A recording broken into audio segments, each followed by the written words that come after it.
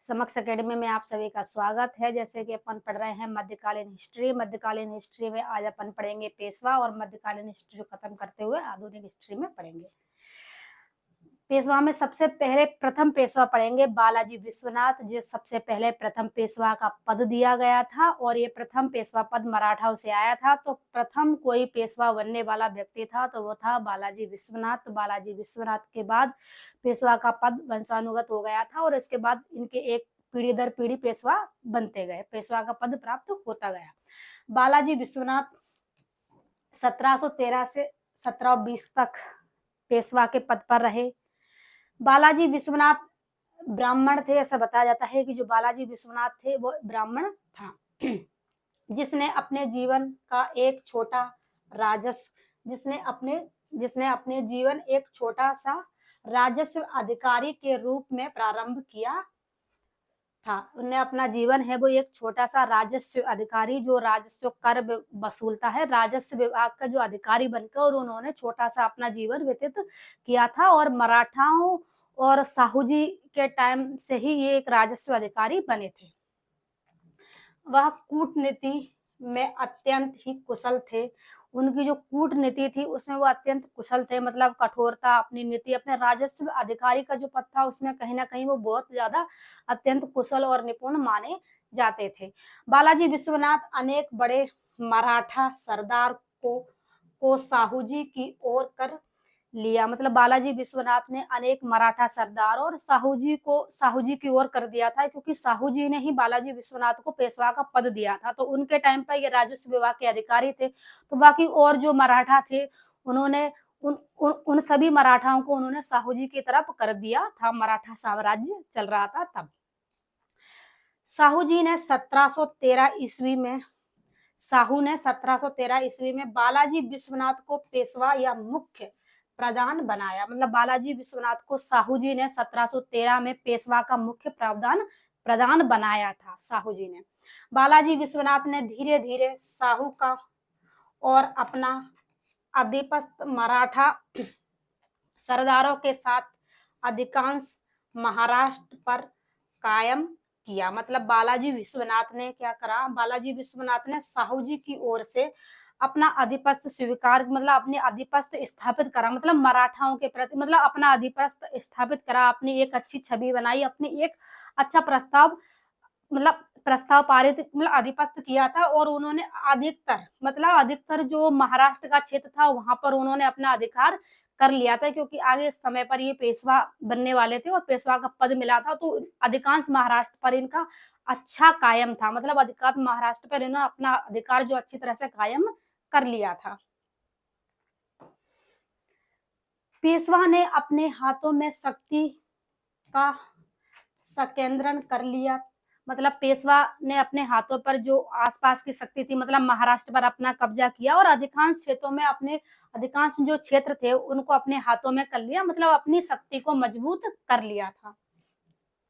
तथा अन्य मंत्री सरदार उनके सामने प्रभावहीन हुए, मतलब जो अनेक मंत्री सरदार थे वो कहीं ना कहीं उनके इस कार्य से, जैसे महाराष्ट्र पर कब्जा किया, अपना अच्छा, बाजीराव ने अपना अच्छा मतलब छवि बनाई, तो जो अनेक जो सरदार थे, मंत्री थे, वो कहीं ना कहीं उनके इस कार्य से प्रभावित हुए।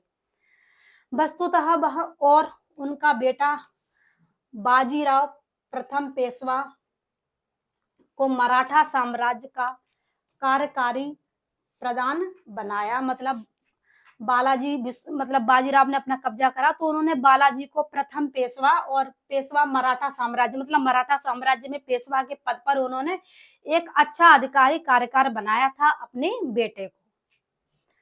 1699 ईस्वी से 1708 तक बालाजी धन्नाजी जादव की सेवा में रहे। मतलब जो बालाजी थे वो 1699 से लेकर 1708 तक धन्ना जी की सेवा में रहे। कौन? बालाजी जादव। जहां उन्होंने धन्ना जी से बहुत सी चीजें सीखी, राजनीतिक कार्य वगैरह जो सारी चीजें सीखी बालाजी ने, और आगे चल के उन्होंने अपना एक अच्छा छवि बनाई और अच्छा एक पेशवा का पद स्थापित करने के, एक पेशवा नाम का उन्होंने एक अच्छा साम्राज्य खड़ा किया।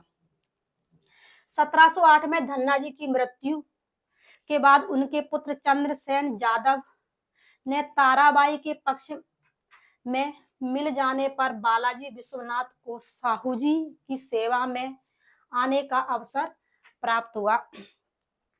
जब धन्नाजी यादव की मृत्यु हुई उसके बाद उनके पुत्र चंद्रसेन यादव ने ताराबाई साहू जी के टाइम पर बहुत ज्यादा थी, उन्होंने अपने पुत्र को गद्दी पर बिठाया और आगे मराठाओं में ताराबाई को बहुत ज्यादा फेमस माना जाता है, जो अपन ने मराठाओं में पढ़ा है।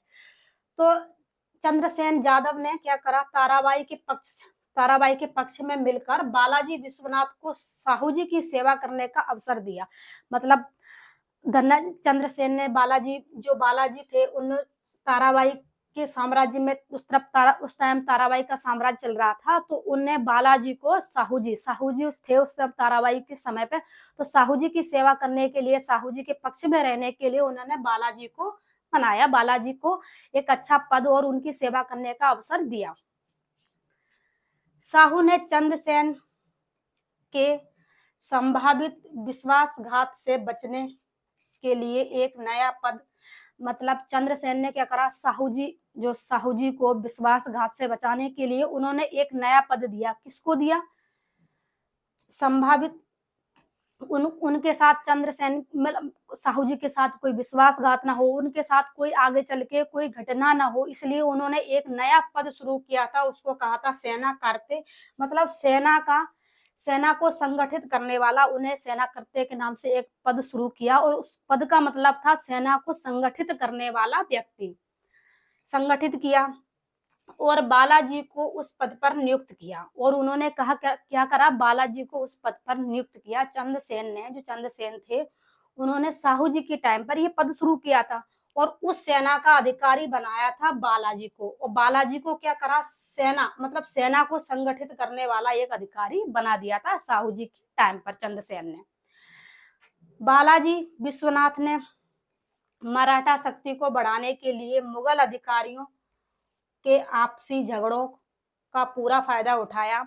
बालाजी विश्वनाथ ने मराठा शक्ति, क्योंकि उस समय मुगलों का भी शासन चल रहा था और उन्होंने मुगलों की जो आपसी विवाद थे, जैसे औरंगजेब और उसके बाद उत्तर मुगल काल शुरू हुआ, तो उनमें आपसी विवाद होने लगे। आपसी विवाद होने के कारण कहीं ना कहीं मुगल साम्राज्य खत्म हो रहा था और उनके आपसी विवाद का बालाजी विश्वनाथ ने पूरा फायदा उठाया और मराठा शक्ति को बढ़ाया और मराठा साम्राज्य को विस्तारित किया। और इसको विस्तारित करने के बाद कहीं ना कहीं उन्होंने मुगलों के जो आपसी झगड़े थे और उसके कारण उनके जो राज्य टूट रहे थे, और वो राज्य उस टाइम उन्होंने मराठा में मिलाए और मराठा शक्ति को एक अच्छे ऊंचे पद तक पहुंचाया। बालाजी विश्वनाथ 1714 ईस्वी में औरंगजेब के मकबरे तक पैदल चलकर खुदलाबाद गया तथा उसके प्रति सम्मान व्यक्त किया। बालाजी विश्वनाथ 1714 में बालाजी विश्वनाथ 1714 में कहाँ गए? औरंगजेब के मकबरा तक गए, जो कहाँ था? खुदलाबाद में था, और उन्होंने वहां पैदल गए और उसके प्रति उन्होंने सम्मान व्यक्त किया। मतलब उन्होंने औरंगजेब के प्रति अपना सम्मान व्यक्त किया, सीखा, और उन्होंने कहा कि व्यक्ति उन्होंने अपना सम्मान के प्रति माना तो उसके लिए अपना सम्मान दिया। बालाजी विश्वनाथ ने दक्कन में चौथ और सरदेशमुखी देने के लिए जुल्फिकार खां को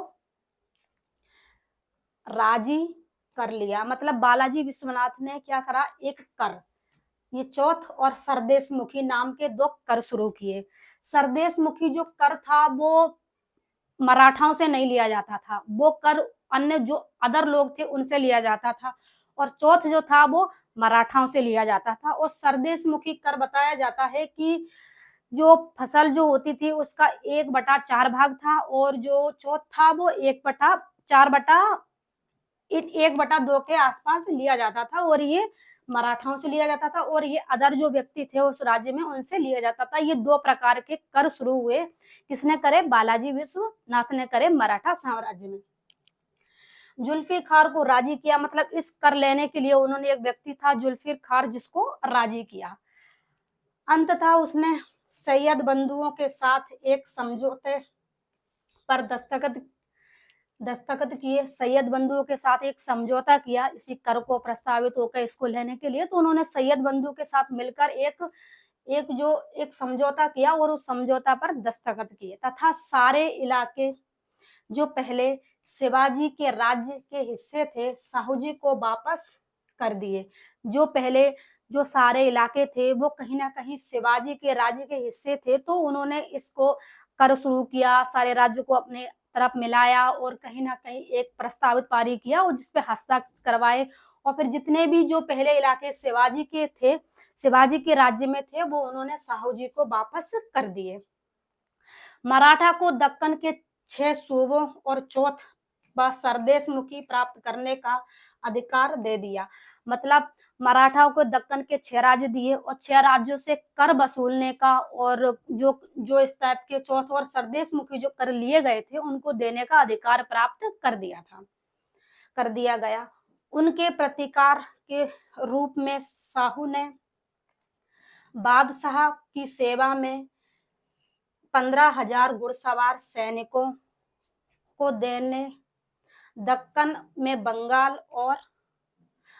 में बगावत और लूटमार रोकने तथा 10 लाख रुपए का सालाना नजराना पेश करने पर राजी किया। मराठा साम्राज्य को बालाजी थे उन्होंने क्या करा, दक्कन में बगावत को रोका और लूट मार रोकने के लिए 10 लाख रुपए का सालाना कर्ज वसूलना और पेश करने पर राजी किया। उन्होंने कहा कोई व्यक्ति लूट मार करेगा और सालाना जो कर्ज जो वसूल करेगा उसमें 10 लाख रुपए जुर्माना के रूप में देने का अधिकार प्रस्तावित किया। नाम मात्र के लिए ही सही बालाजी विश्वनाथ पहले मुगल आधिपत्य स्वीकार कर चुका था। मतलब नाम मात्र के लिए ही, पर बालाजी विश्वनाथ जो थे उनके बालाजी विश्वनाथ पहले से ही मुगल आधिपत्य को स्वीकार कर चुके थे। मतलब वो मुगल आधिपत्य को पूरी तरह से स्वीकार कर चुके थे। अपने नेतृत्व में एक मराठा फौज को लेकर बालाजी विश्वनाथ 1719 में सैयद बंधु हुसैन अली खां के साथ दिल्ली गया। मतलब ये अपने नेतृत्व में, जो उनका नेतृत्व था उस टाइम उनका शासन चल रहा था और उस टाइम उन्होंने क्या करा, मराठा फौज को लेकर बालाजी विश्वनाथ के साथ 1719 में सैयद हुसैन अली के साथ मिलने के लिए दिल्ली गया। फारूक सियर व तख्ता पलटने में सैयद बंधुओं की मदद की। जो उस समय फारूक सियर का शासन चल रहा था, कहीं ना कहीं उसका तख्ता पलट करने में इन्होंने सैयद बंधुओं की मदद की। अपने नेतृत्व में एक मराठा फौज को लेकर बालाजी विश्वनाथ 1719 में, जो तो अपन ने पढ़ी लिया था, मराठा मुगल संधि यानी बालाजी विश्वनाथ और हुसैन अली के मध्य हुई। मराठा की एक मुगल संधि हुई जो बालाजी विश्वनाथ और हुसैन अली के मध्य हुई, और यह संधि किसने करवाई, तो बालाजी विश्वनाथ ने करवाई। शर्तों को मान्य, उनकी शर्तें जो थी उसको मान्य किया। रूफी उद दर्जात ने दी और रूफी उथ दर्जात ने ये शर्तें मान्य कर दी और उनको दे दी। मतलब उनको इस संधि का जो प्रस्ताव था वो मिल चुका था।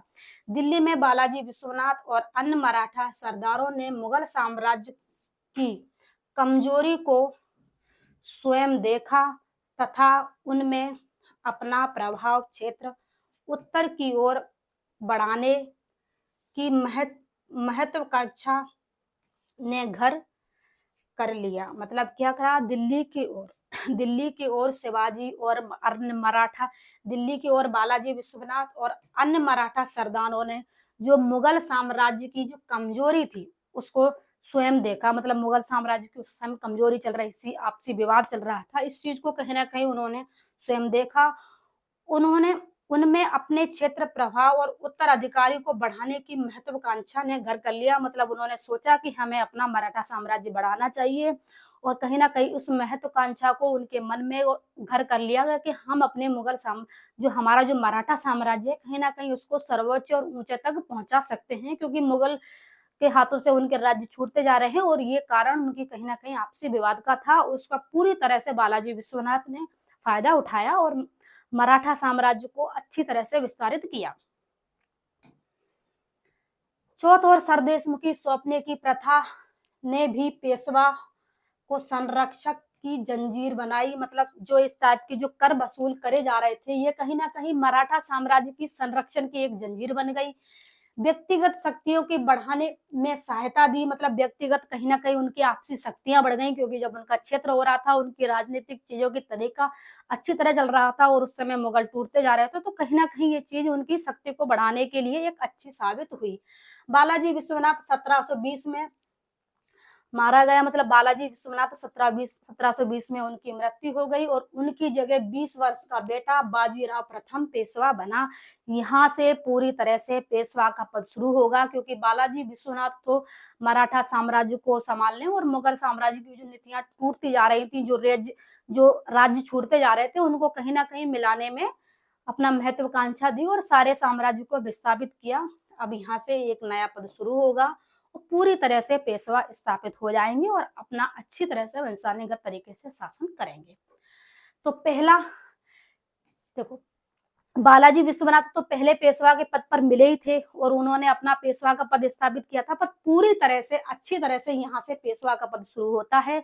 तो प्रथम पेशवा बाजीराव प्रथम पेशवा, मतलब बाजीराव प्रथम। तो बाजीराव प्रथम बाजीराव द्वितीय में बनेंगे लास्ट में जाके। बाजीराव प्रथम 1720 से 1740 तक शासन किया। मतलब 20 वर्ष तक शासन रहा और अच्छी तरह से इन्होंने पूरी तरह से पेशवा के पद को स्थापित कर दिया था। बालाजी विश्वनाथ, मतलब बालाजी के बेटे थे बाजीराव। तो बालाजी विश्वनाथ की मृत्यु के बाद शाहू ने उनके पुत्र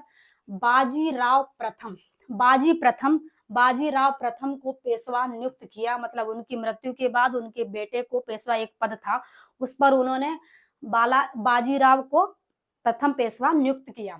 किसने किया? शाहू ने। शाहू जी ने उनको प्रथम पेशवा का पद दिया और इस प्रकार बालाजी विश्वनाथ के परिवार में पेशवा का पद पैतृक यानी वंशानुगत, मैंने पहले भी कहा था वो पद शुरू कर रहे थे, पूरी तरह से वंशानुगत होगा बाजीराव प्रथम से।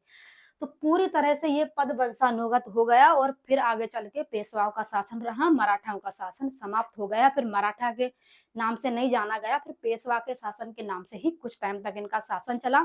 शासन इनका अच्छा रहा, पर कहीं ना कहीं ये क्या कहते हैं, पैतृक मतलब वंशानुगत क्रम से चला, तो कहीं ना कहीं उन नीतियों को फेल करते रहे और एक दूसरे के ऊपर डिपेंडेंसी रहे, तो कहीं ना कहीं आगे चल के भी यह साम्राज्य टूटता गया और अंत समय पर जाकर बिखर गया।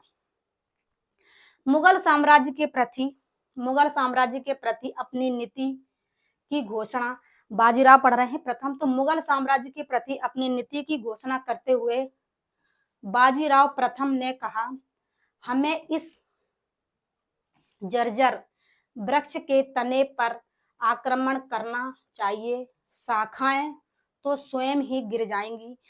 मतलब मुगल साम्राज्य को उन्होंने कहा था कि अगर मुगल साम्राज्य को पूरी तरह से खत्म करना है तो कहीं ना कहीं हमें इसके जड़, जो इसकी मेन जड़ है, उस पर शासन करना चाहिए और उसकी जो छोटी मोटी शाखाएं हैं वो कहीं ना कहीं अपने आप गिर जाएंगी। तो मुगल साम्राज्य तो वैसे भी टूट रहा था, तो इन्होंने कहीं ना कहीं कहा कि ऐसे टुकड़ों में क्षेत्र को अपने कब्जे में करने से अच्छा है कि अपन पहले ही इनके वृक्ष पर शासन, मतलब इनकी जड़ पर शासन कर लें, तो सारा क्षेत्र कहीं ना कहीं अपने अधिपत्य में आ जाएगा, मतलब अपन को मिल जाएगा और अपन पूरी तरह से अच्छी तरह से पेशवाओं का शासन रहेगा। ऐसा बाजीराव प्रथम ने सोचा। बाजीराव प्रथम को शिवाजी के बाद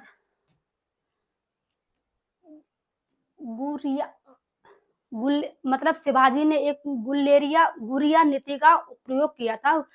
मतलब उन्होंने कहा था कि जो शिवाजी का युद्ध हुआ था सबसे पहले उन्होंने गुलेरिया मतलब जो नीति बनाई थी, मतलब गोयरा को चिपका कर उस पर चढ़ने की जो नीति का प्रयोग किया था, उसी नीति का प्रयोग कहीं ना कहीं बाजीराव प्रथम ने किया। वह युद्ध सबसे बड़ा प्रतिपादक कहा गया और यह युद्ध कहीं ना कहीं सबसे गुलेरा नीति का प्रयोग किया और युद्ध कहीं ना कहीं सबसे ज्यादा प्रतिपादक कहा गया, मतलब शिवाजी की नीति को फॉलो किया उन्होंने। जब 1740 में बाजीराव प्रथम की मृत्यु हुई, 1740 में बाजीराव प्रथम की मृत्यु हो गई, तब तक मराठा ने मालवा, गुजरात और बुंदेलखंड के हिस्से पर अधिकार कर लिया। मतलब जब तक बाजीराव की जो मृत्यु हुई तब तक उन्होंने आसपास के क्षेत्र, जैसे मराठाओं ने मालवा, जैसे मालवा के क्षेत्र पर अपना अधिकार कर लिया, तो गुजरात और बुंदेलखंड के अधिकांश हिस्से पर अपना अधिकार कर लिया था। इसी काल में मराठा के गायकवाड़, होलकर, सिंधिया और भोसले परिवार ने प्रमुखता प्राप्त की। मतलब इसी समय, इसी टाइम पर गायकवाड़ आए थे और होलकर और सिंधिया भी अपना अच्छा प्रस्ताव कर रहे थे और अपनी प्रमुखता को स्थापित कर रहे थे बाजीराव प्रथम के शासनकाल के समय में। बाजीराव ने 1733 ईस्वी में जंजीरा की सीधियां, मतलब जंजीरा की जो सीधियों पर खिलाफ एक लंबा शक्तिशाली अभियान प्रारंभ किया। उन्होंने क्या करा, जंजीरा और सीधियों के खिलाफ उन्होंने क्या करा, एक लंबा शक्तिशाली अभियान प्रारंभ किया। उन्होंने कहा कि इनको तोड़ना बहुत ज्यादा जरूरी है और अंतोगत्वा जो जगह थी,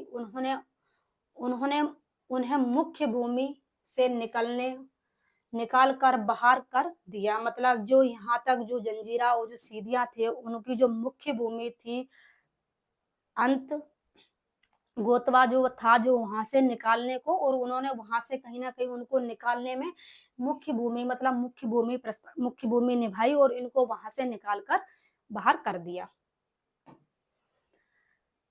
अब उसके बाद, जब उनकी मृत्यु के बारे में तो पढ़ ही लिया था, उसके बाद अगला पेशवा बनेगा बालाजी बाजीराव।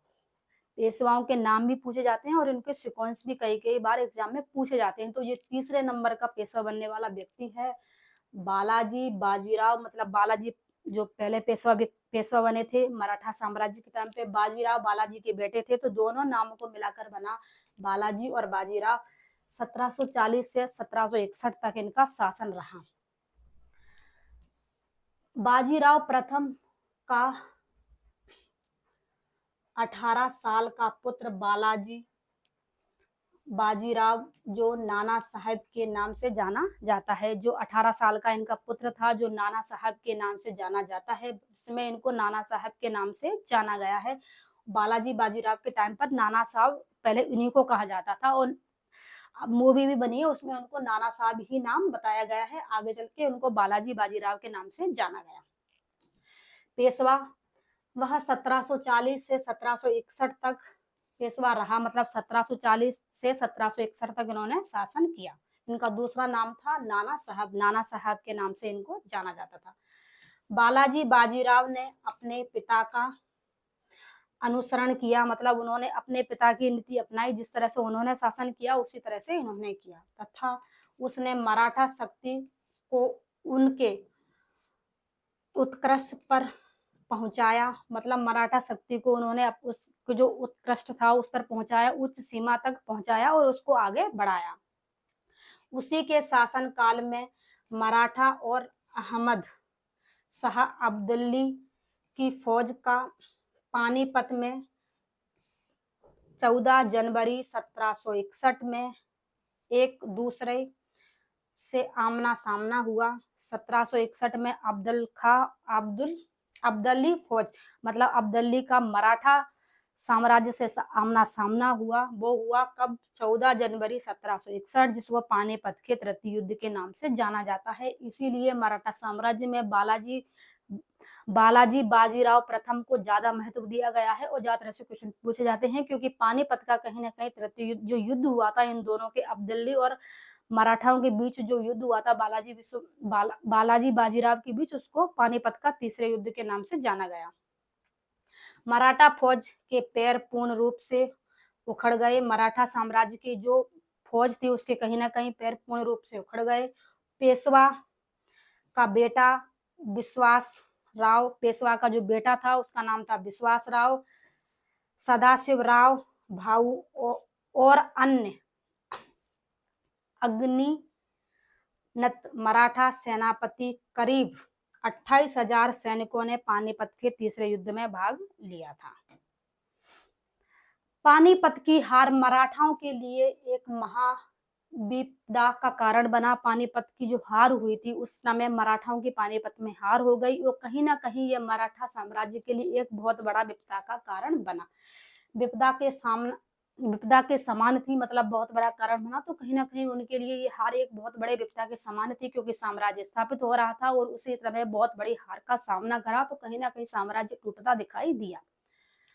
उनकी हार ने ब्रिटिश ईस्ट इंडिया कंपनी को बंगाल और दक्षिण भारत में अपनी सत्ता को मजबूत करने का मौका दिया और उन्होंने इसी अपनी हार में ब्रिटिश ईस्ट इंडिया कंपनी को बंगाल और दक्षिण में अपनी सत्ता को स्थापित करने के लिए सत्ता को मजबूत करने के लिए कहीं ना कहीं उनको मौका दिया कि वो अपनी सत्ता को स्थापित करें और इस कारण से कहीं ना कहीं ये अपने साम्राज्य को अच्छी तरह संभाल पाए और दोबारा से स्थापित कर पाए। अब इसके बाद उनके बाद अपन पढ़ेंगे बालाजी बाजीराव के बाद पढ़ेंगे माधव राव प्रथम। अब यहाँ से एक व्यक्ति नए गद्दी पर बैठेगा, नया पेशवा बनेगा माधव राव प्रथम, जो 1761 यानी पानीपत के तृतीय युद्ध के बाद उनकी हार हुई। उसके बाद वो उनका वहां पे जो नेतृत्व था वो समाप्त हो चुका था। उसके बाद अगला व्यक्ति एक नए पेशवा के नाम से गद्दी पर बैठा, माधव राव प्रथम। 1761 से 1772 तक इनका शासन रहा, शासन काल इनका अच्छा चला। 17 वर्ष माधव राव 1761 में पेशवा बने, मतलब 1761 में पहली बार ये पेशवा बने। वह एक प्रतिभाशाली सैनिक और राजनेता था, मतलब एक प्रतिभाशाली सैनिक थे और एक अच्छे राजनेता थे। मराठाओं ने 1771 में बादशाह शाह आलम को दिल्ली में स्थापित किया। बादशाह शाह आलम को दिल्ली में स्थापित किया, क्योंकि उस समय मुगल भी चल रहे थे। दिल्ली में स्थापित किया। अब बादशाह उनका उसके बाद पेंशन भोगी बन गया। उसके बाद कहीं ना कहीं बादशाह को जब दिल्ली से निकाला गया और मुगल साम्राज्य जो टूटता जा रहा था, तो कहीं ना कहीं ये एक पेंशन पर आधारित व्यक्ति बन गया।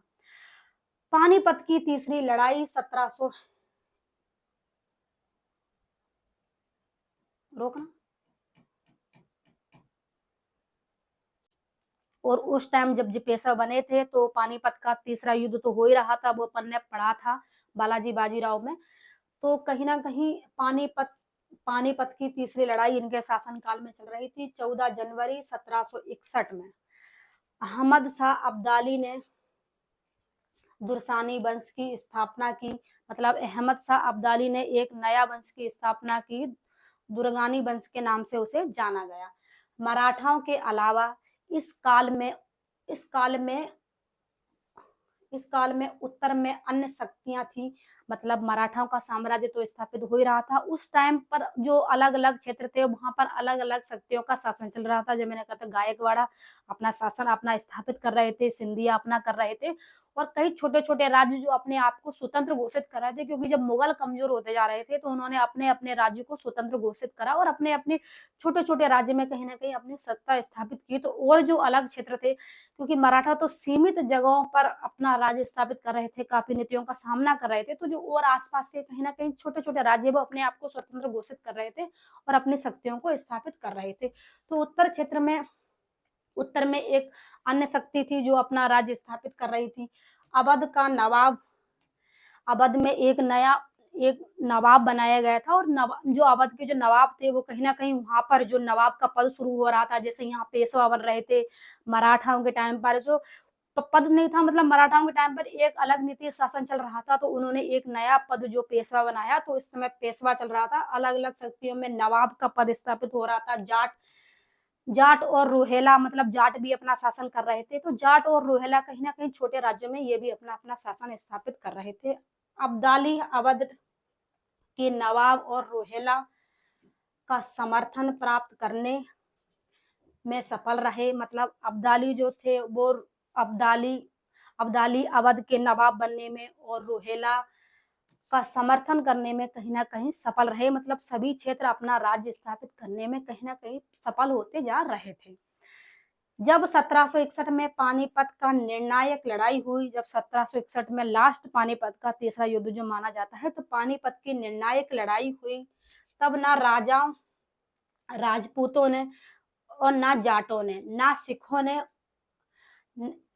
सिखों ने एवं ना ही अन्य किसी शक्ति ने मराठा की मदद की। मतलब अन्य कोई शक्तियां, क्योंकि मराठा तो अपना साम्राज्य स्थापित छोटा छोटा तरीके से कर रहे थे और पेशवा का पद नियुक्त हो रहा था, तो पेशवा भी एक अपने साम्राज्य को अलग तरीके से, मतलब पेशवा के नाम से चलाने की शुरुआत कर रहे थे। तो उनकी जो पानीपत की अब्दली के साथ जो लड़ाई हुई, तो जो अन्य व्यक्ति थे, आसपास के जो अन्य राज्य थे, छोटे छोटे राज्य, जैसे बताया जा रहा है राज्य क्या कहते अलग अलग स्वतंत्र हो रहे थे, तो उन्होंने किसी राज्य ने, किसी भी शक्ति ने मराठा का संग नहीं दिया और मराठाओं की मदद नहीं की, इसलिए कहीं ना कहीं पानीपत के तृतीय युद्ध में हार का सामना करना पड़ा। मराठाओं की करारी हार हुई क्योंकि किसी ने साथ नहीं दिया और सेना छोटे छोटे टुकड़ों में बन रही थी, तो कहीं ना कहीं इसी कारण उनको इस लड़ाई में हार का सामना करना पड़ा। यह लड़ाई इतिहास में पानीपत की तीसरी लड़ाई के नाम से प्रसिद्ध हुई और ये जो लड़ाई हुई थी, ये कहीं ना कहीं इतिहास में पानीपत की तीसरी लड़ाई के नाम से प्रसिद्ध हुई। उत्तरी क्षेत्र में मराठा के आधिपत्य को गहरा धक्का लगा। जो मराठाओं का जो आधिपत्य था, मतलब जो राज्य स्थापित हो रहा था, उनका जो क्षेत्र उनके उसमें चल रहा था, तो कहीं ना कहीं उनको इसमें गहरा धक्का लगा, बहुत बड़ी हार का सामना हुआ। इसके बीच जो कुछ भी एकता कायम थी, वह वह भी बाद में खत्म हो गई। मतलब इसके बीच कहीं ना कहीं जो एकता कायम थी ना, वो धीरे धीरे कहीं ना कहीं बाद में खत्म होती जा रही दिखाई दे रही थी। जो एकता पेशवाओं में थी और जो मराठाओं में थी, वो धीरे धीरे खत्म हो गई और इसी शक्ति को खत्म होने के कारण धीरे धीरे मराठा और पेशवा भी समाप्त होते हुए नजर आ रहे थे, क्योंकि उनकी शक्तियां टूटती जा रही थी, राज्य टुकड़ों में बढ़ते जा रहे थे, सब अपने अपने शासन को स्थापित करते जा रहे थे। नारायण राव इसके बाद अगले व्यक्ति पेशवा बनेंगे, नारायण राव 1772 से 1773, मतलब 1 साल तक शासन रहेगा।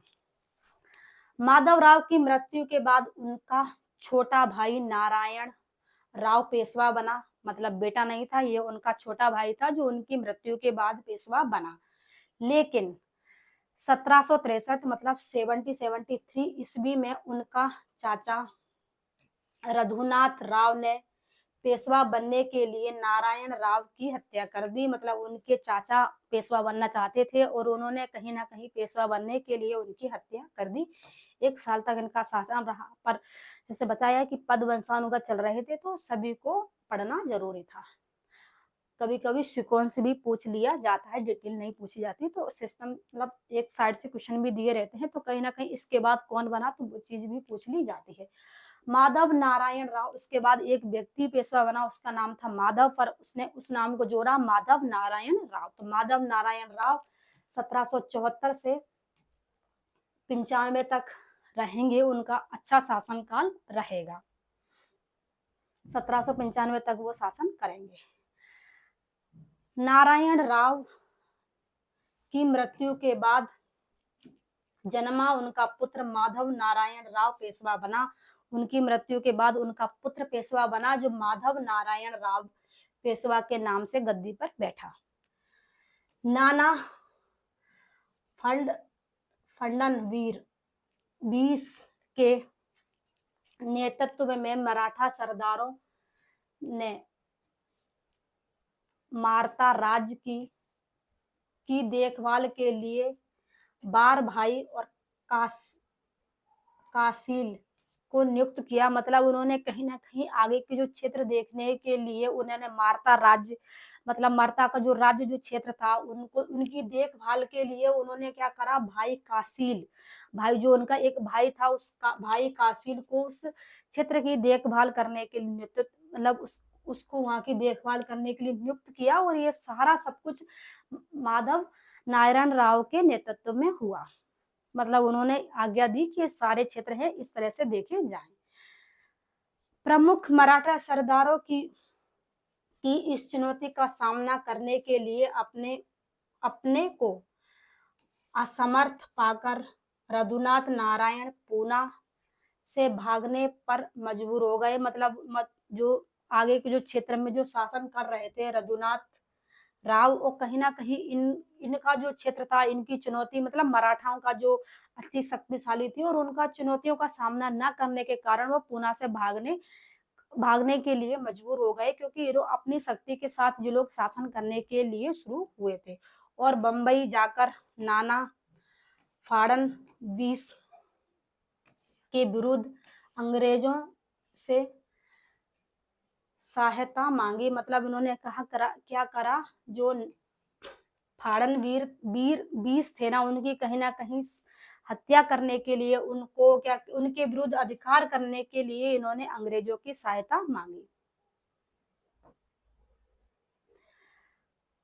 अब लास्ट पढ़ेंगे अपन बाजीराव द्वितीय, जो यहाँ से मराठा पूरी तरह से समाप्त हो जाएंगे। एक लास्ट पद पर व्यक्ति बैठेगा, उसका नाम था बाजीराव द्वितीय। जब बाजीराव प्रथम पढ़ा था तभी बता दिया था कि बाजीराव द्वितीय भी पढ़ेंगे। वह रघुनाथ राव का पुत्र था। बाजीराव जो द्वितीय था वो रघुनाथ राव का पुत्र था। वह नाना फडणवीस की मृत्यु के बाद जिस मराठा नेताओं के हाथों में शक्ति रही, मतलब उनकी मृत्यु के बाद जिस मराठाओं के हाथों में शक्ति रही, उनमें पेशवा बाजीराव द्वितीय, दौलतराव सिंधिया, यशवंत राव होलकर प्रमुख थे। मतलब उसके बाद जो जो अपन ने पहले पढ़े थे कि जो राज्य स्थापित हो रहे थे, तो ये कहीं ना कहीं उसके बाद एक फेमस और प्रसिद्ध थे। किसके टाइम पर? बाजीराव द्वितीय के टाइम पर ये सारे जो जो जो वंश थे वो कहीं ना कहीं अपने आप को पूरी तरह से स्थापित कर चुके थे और उनके टाइम पे प्रसिद्ध माने जाते थे। होलकर ने पूरा पर आक्रमण किया। उस समय होलकर भी अपने आप को पूरी तरह से मजबूत बना चुके थे, तो होलकर ने पूरा पर आक्रमण कर पेशवा और सिंधिया की सेना को 1802 ईस्वी में हृदयसार नामक स्थल पर पराजित किया। और इन होलकरों ने मतलब पेशवाओं को पराजित कर दिया हृदय साहल नामक स्थान पर। किसने? क्या मिलकर? सिंधिया और पेशवाओं ने। तथा पूना पर अधिकार कर लिया। और उन्होंने जो पूना जो मराठाओं का मेन राज्य था, मतलब महाराष्ट्र उनके कब्जे में था, और महाराष्ट्र से पूना से शासन शुरू हुआ था मराठाओं और पेशवा तक वहां तक रहा। तो उन्होंने कहीं ना कहीं मेन पूना पर कब्जा कर लिया और उस क्षेत्र को अपने में मिला लिया। तो कहीं ना कहीं मराठा कमजोर हो गए और उनका अधिकार सिंधियाओं और जो हृदय सर थे जो उनके कब्जे में चला गया। उसने अमृत राव के पुत्र विनायक राव को पूना की गद्दी पर बिठाया। और उन्होंने क्या करा? अमृत राव के पुत्र मतलब सिंधिया ने अमृत राव के पुत्र को पूना की गद्दी पर बिठा दिया। बाजीराव द्वितीय ने भागकर बासीन में शरण ली। वो वहां से भागे और एक जगह पहुंचे, उसका नाम था वासीन। तो उन्होंने बासीन में शरण ली। 31 दिसंबर 1802 को अंग्रेज ने एक अंग्रेजों से एक संधि हुई। तो 1802 को अंग्रेज ने एक संधि कर ली और इसके बाद वो वहां से भागे और बासीन मतलब बाजीराव द्वितीय भागकर बासीन पहुंचे और 1802 में उन्होंने अंग्रेजों से एक संधि कर ली, जिसे बासीन की संधि कहा जाता है और जिसे बासीन की संधि के नाम से इतिहास में जाना जाता है। मराठा अपने पूरी डिटेल में पढ़े थे और पेशवा भी अपन ने पूरी तरह से समाप्त कर ली है। आई होप आपको एक स्लाइड अच्छी लगी हो। और आगे चलकर अपन आधुनिक हिस्ट्री शुरू करेंगे, मतलब पूरा मध्यकाल समाप्त हो चुका है और अब अपन ईस्ट इंडिया कंपनी, ब्रिटिश वगैरह जो भी अंग्रेजों का आगमन हुआ था, जो भी कंपनियां भारत में स्थापित हुई, किस तरह से उनका शासन चला, इसको अपन आधुनिक हिस्ट्री में पढ़ेंगे। आई होप आपको ये क्लास अच्छी लगी हो। पूरा पेशवा एक ही क्लास में समाप्त कर दिया है।